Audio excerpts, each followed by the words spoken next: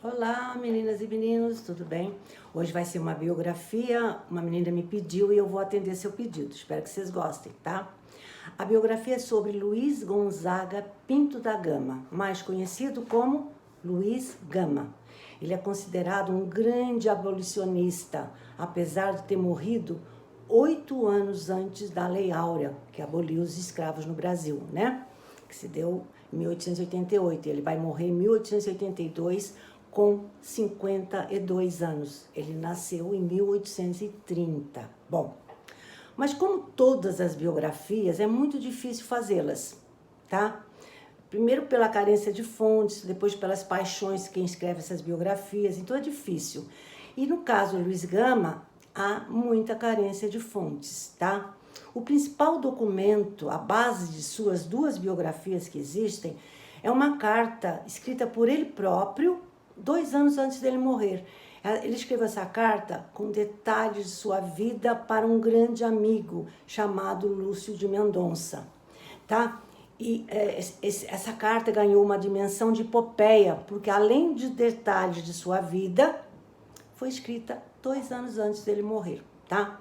Como eu falei, ele tinha 52 quando morreu e escreveu essa carta com 50, tá? Bom, os dois livros, como eu falei, as duas biografias que existem sobre Luiz Gama, trazem à tona a importância desse homem que dedicou sua vida à causa da liberdade dos escravos. Segundo Miguel Reale, todo mundo conhece, é um grande filósofo e jurista, ele próprio venceu o racismo, a escravidão e até a perseguição política, tornando-se o negro mais importante do século XIX. Ele é até considerado como o patrono da abolição da escravatura. O que é patrono? Patrono vem do latim patronario ou patronus, que significa defensor. Em Roma, o patronus era o defensor dos plebeus. Só para vocês terem essa curiosidade. Bom, mas quem era Luiz Gama? Ele era filho de uma africana livre chamada Luísa Marim e de um fidalgo, um nobre branco de origem portuguesa de uma rica família baiana. Só que esse fidalgo adorava jogos de azar, viver a vida, sabe? Levava uma vida sem responsabilidade alguma e jogava muito, tá? Apesar das poucas informações que se tem da infância de Luiz Gama, sabe-se que em 1837, quando ele tinha 7 aninhos, sua mãe viajou para o Rio de Janeiro e lá desapareceu para sempre, tá? Esse desaparecimento, né, deixou uma grande marca na memória do menino Luiz Gama. Uma fonte diz que ela foi exilada por motivos políticos, mas há controvérsias, tá? Ninguém sabe por que ela desapareceu. A certeza, né? 3 anos depois, quando ele tinha 10 anos, seu pai, num jogo de azar, acabou se endividando, contraindo uma grande dívida de jogo. Então, sabe o que ele fez? Vendeu Luiz Gama como escravo. Ele tinha 10 anos. Isso para pagar suas dívidas. Então, ele foi levado como escravo. Primeiro para o Rio, depois para São Paulo. Quem o comprou foi Antônio Pereira Cardoso, um proprietário de uma fazenda em Lorena.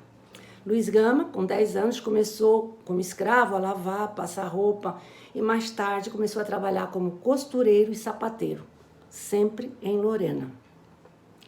Em 1847, aos 17 anos, ele ainda era analfabeto, mas teve contato com estudante de direito que se hospedara na casa do seu senhor lá em Lorena. Conta-se que houve assim uma relação de amizade entre os dois e este senhor começou a ensiná-lo a ler e escrever. Então ele deixou de ser analfabeto. Pouco depois, não muito depois, que ele já estava alfabetizado, conta-se que Luiz Gama conseguiu sua liberdade. Fato que permanece obscuro até hoje. Ninguém sabe como que ele conseguiu a liberdade. Há 2 hipóteses. Primeiro, fugiu da propriedade, argumentando ser livre, porque sabia ler e escrever. Os escravos não sabiam ler e escrever. Isso é uma hipótese. A segunda hipótese, se utilizou do fato de ser filho de um fidalgo e de mãe livre. Bom, conclusão. Luiz Gama consegue provar judicialmente sua liberdade e até se alistou no exército em 1848. Em 1850, casou e teve até um filho, tá? E começou a frequentar o curso de Direito do Largo de São Francisco, mas, por ser negro, enfrentou hostilidade, tanto de professores quanto de alunos. Mas, assim mesmo, persistiu como ouvinte nas aulas.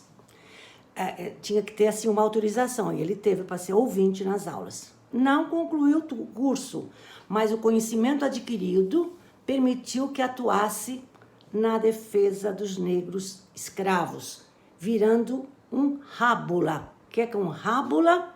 Rábula é uma pessoa que advoga sem ser formado em direito. Tem que também ter uma autorização, e ele teve. Como rábula, então, passou a atuar na advocacia em prol dos cativos. Conta-se, não se sabe também se é verdade absoluta, que ele conseguiu libertar 500 escravos. Bom, mas em 1864, ele começou uma carreira jornalística. Ele tinha 34 anos de idade.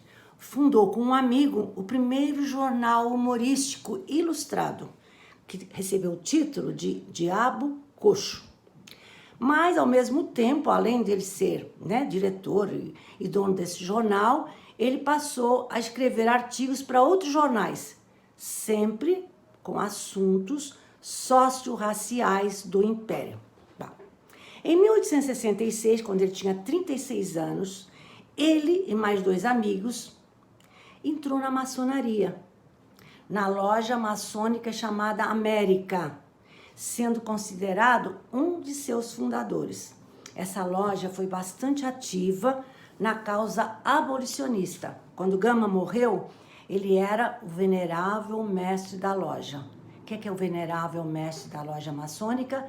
É o mestre maçom que preside a loja, sendo eleito por seus pares. Mas vou dar uma paradinha para falar um pouco da maçonaria. Em 1796, foi fundada em Pernambuco uma loja maçônica, mas na realidade não é considerada uma verdadeira loja maçônica, porque nem todos os membros eram maçons. Só um ano depois, 1797, é que foi fundada a loja Cavaleiros da Luz, na Bahia. Então, finalmente, a maçonaria no Brasil tem um caráter oficial, tá? Então, 1797 é a data oficial da fundação da maçonaria no Brasil. Vou dar outra parte. Em 1822, ano da independência, foi fundada a loja maçônica Grande Oriente, que teve como seu primeiro grão-mestre José Bonifácio. Lembra de José Bonifácio, o patriarca da independência? Em agosto desse ano, um mês antes da independência, o imperador do Brasil entrou como membro. Existe até a ata dessa sessão, onde o grão-mestre da ordem o apresentou e propôs sua iniciação, sendo Dom Pedro, então, iniciado nessa ordem, conforme a liturgia maçônica. Lembrem-se, Luiz Gama só irá nascer 8 anos depois, em 1830, e essa entrada de Dom Pedro, José Bonifácio no Grande Oriente foi 8 anos antes, em 1822. E Luiz Gama só vai nascer em 1830. Luiz Gama passou a pertencer à loja maçônica América, como eu falei, somente em 1866, sendo considerado um dos seus fundadores, também já falei. Então, 46 anos após a fundação da Grande Oriente, onde Dom Pedro I foi maçom, tá? Bom, ao longo da história do Brasil, a maçonaria participou ativamente de fatos importantes, como a independência, o movimento da abolição e da proclamação da República. Gente, tem fontes que dizem que é Inconfidência Mineira também. Não, porque só foi em 1797 que foi fundada a primeira loja oficialmente. Então, isso aí está errado, né? Dizer que também teve participação na Inconfidência Mineira, tá? Na independência, sim. Na República, sim. Na abolição da escravatura, sim, tá? E Marechal Deodoro da Fonseca, O proclamador da República, o primeiro presidente do Brasil, também era um maçom. E vários políticos eram maçons. Bom, enfim, o que é a maçonaria? A maçonaria é uma sociedade universal que cultua o humanismo, os princípios da liberdade, a democracia, a igualdade, a fraternidade e o aperfeiçoamento intelectual. Acredita-se que existe no mundo 6 milhões de maçons espalhados pelos 5 continentes. Só nos Estados Unidos tem 3 milhões. No Reino Unido, 1.200.000. No Brasil, 170 mil e 4.700 lojas. Mas, voltando à Gama, ele morreu em 1882, com 52 anos, devido à diabetes. Sendo que sua morte causou grande comoção. Fala-se que no seu funeral compareceram 4.000 pessoas em São Paulo, numa São Paulo de 40 mil habitantes. Então é muita gente, né? Mas, antes de eu acabar de falar de Gama, eu vou contar uma história sobre ele, verídica, porque há documentos que provam essa veracidade. Trata-se de uma ação processual defendida por ele. É uma história que acho que vocês vão gostar. Presta atenção. Essa história que eu vou contar agora, que foi uma ação processual dirigida pelo Gama, recebeu o nome de Questão Neto. A Questão Neto. Conta-se que em 1869, Gama leu no jornal uma notícia que o chamou a atenção. A notícia relatava que o comendador Manuel Ferreira Neto, dono de uma imensa fortuna, distribuída em várias fazendas, armazéns, etc., e dono de 217 escravos, deixara no seu testamento que depois de sua morte, esses escravos fossem libertados. Uma parte, isso era comum, sabia? Quando o ricaço morria, deixava no testamento para libertar os seus escravos. Por 2 motivos, ou por redenção da consciência, ou porque queriam um lugarzinho lá no céu, um espacinho lá no céu. Mas isso era comum, mas nunca os escravos conseguiram. Não havia uma causa que os escravos conseguissem essa liberdade por causa do desejo no testamento, porque as famílias sempre entravam com recursos. Bom, ao ler a notícia, Luiz Gama decidiu entrar para defender esses escravos, entrar na justiça, porque a família já estava, lutando para anular esse testamento, tá? Da liberdade desses 217 escravos, tá? Bom, os herdeiros, quando viram, que ele entrou na justiça para defender os escravos, temendo perder na justiça, esses 217 escravos, contrataram um grande advogado, um grande e renomado advogado para representá-los no tribunal. Era um professor de direito do Largo de São Francisco, chamado Bonifácio. E pasmem, esse Bonifácio se dizia, antes de pegar essa causa, um liberal abolicionista. Só que ele foi defender os herdeiros. Então, ele jogou no lixo sua imagem de abolicionista, tá? Bom, o processo vai se prolongar mas ganha muita repercussão em todos os jornais da corte. E chegou uma hora que o Luiz Gama disse que estava sofrendo ameaças de morte. Existe até uma carta endereçada ao seu filho, o filho de Gama, que tinha 11 anos, em que ele escreveu o seguinte, aspas, lembra-te de que escrevi estas linhas num momento supremo, estou sob ameaça de assassinato, fecha aspas. Bom, enfim, o juiz de Santos, primeira instância, deu ganho de causa à Gama, mas Bonifácio apelou em várias instâncias, até chegar na última instância no Rio de Janeiro.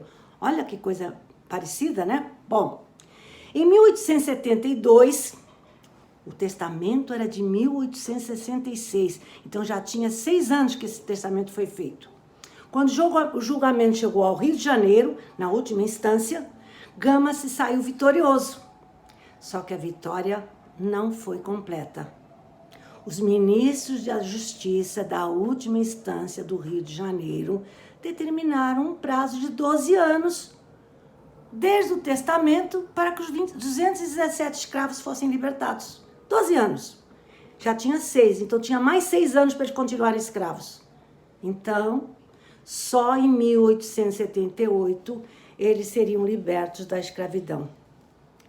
Pasmem, dos 217 escravos, em 1878, apenas 130 estavam vivos para gozarem da sua liberdade. Nesses 12 anos, 80 vidas foram perdidas. Eu vou ficar por aqui, é para vocês pensarem. O ser humano é igual em todas as épocas. Quando ele é ruim mesmo, tá? Pensem nisso aí. Gente, espero que vocês tenham gostado. Beijos.